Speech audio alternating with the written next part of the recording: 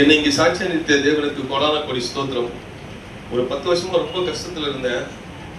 அது பெரிய பாடு, துன்பம், உபத்திரம் எல்லாம் வந்தது. வேலையெல்லாம் ரொம்ப கஷ்டப்பட்டு இருந்தேன். எனக்காக ஊக்கத்தோடு ஜெபித்த ஊழியக்கார மக்களும், உடன் ஊழியக்காரர் பிரகாஷ் பிரதருக்கும், மூப்பரையா அவங்களுக்கும், அப்புறம் இரவு நேர ஜபத்தில் என்னை தாங்க ஒவ்வொருத்தருக்கும், அப்புறம் இந்த கஷ்டகாலம் முழுதும் எனக்கு உறுதுணையாக இருந்த என் சகோதரி இருவருக்காகவும் ரொம்ப நான் நன்றி கடன் பட்டிருக்கேன். அதே போல் இங்கே வந்து ஒரு வருஷத்தில் நான் எங்கே வந்து கஷ்டப்பட்டு வந்தனோ, பாடுகள் உபத்திரம் அனுபவிச்சு அங்கேருந்து வந்தனோ, அங்கேயே என்னை தேவன் உயர்த்தத்துக்காக அங்கேயே அதே இடத்துக்கு என்னை கூப்பிட்டு போகிறாரு. கர்த்தர் நாமத்துக்கு கோடான கோடி ஸ்தோத்திரம். நான் எங்கே தலை குனிஞ்சு அங்கேருந்து வந்தனோ அங்கேயே என்னை தலை நிம்மதி செய்வாருன்னு நம்புகிறேன்.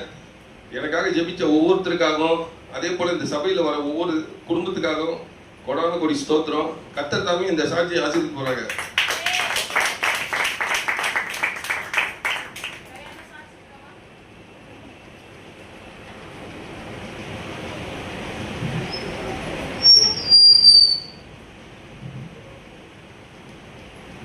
கர்த்தருடைய பரிசுத்த நாமத்துக்கு ஸ்தோத்திரம். நாங்கள் வந்து இரவு நேர ஜபத்தில் வந்து ஓய்வு நாளை பரிசுத்தமாக அசட்டை பண்ணுறதுக்காக ஜாம் பண்ணிட்டு இருந்தோம்.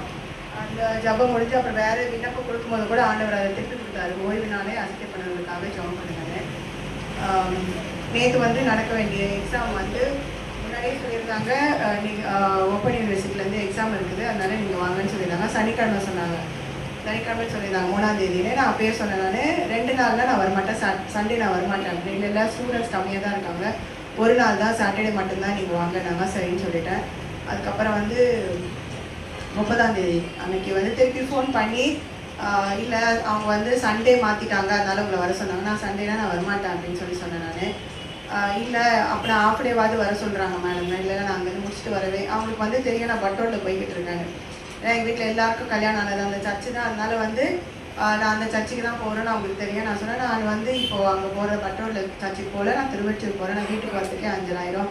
இல்லை நீங்கள் மத்தியானமாக கிளம்பி வாங்க. நான் இல்லை நான் மத்தியானம் கிளம்பி வர மாட்டேன், சண்டே நான் வரவே மாட்டேன்னு நான் சொல்லிட்டேன். நான் ஒரு ஜபத்தை கொடுத்துட்டு நம்ம அதை அதுக்கு வந்து கீழ்ப்படிகிறோமான்னு ஆண்டவர் நம்மளையும் சோதிக்கிறாருன்னு இது மூலமாக நான் தெரிஞ்சுக்கிட்டேன். இந்த சாட்சியில் தேவன் தாமே மகிமைப்படுவாராக. ஆமென்.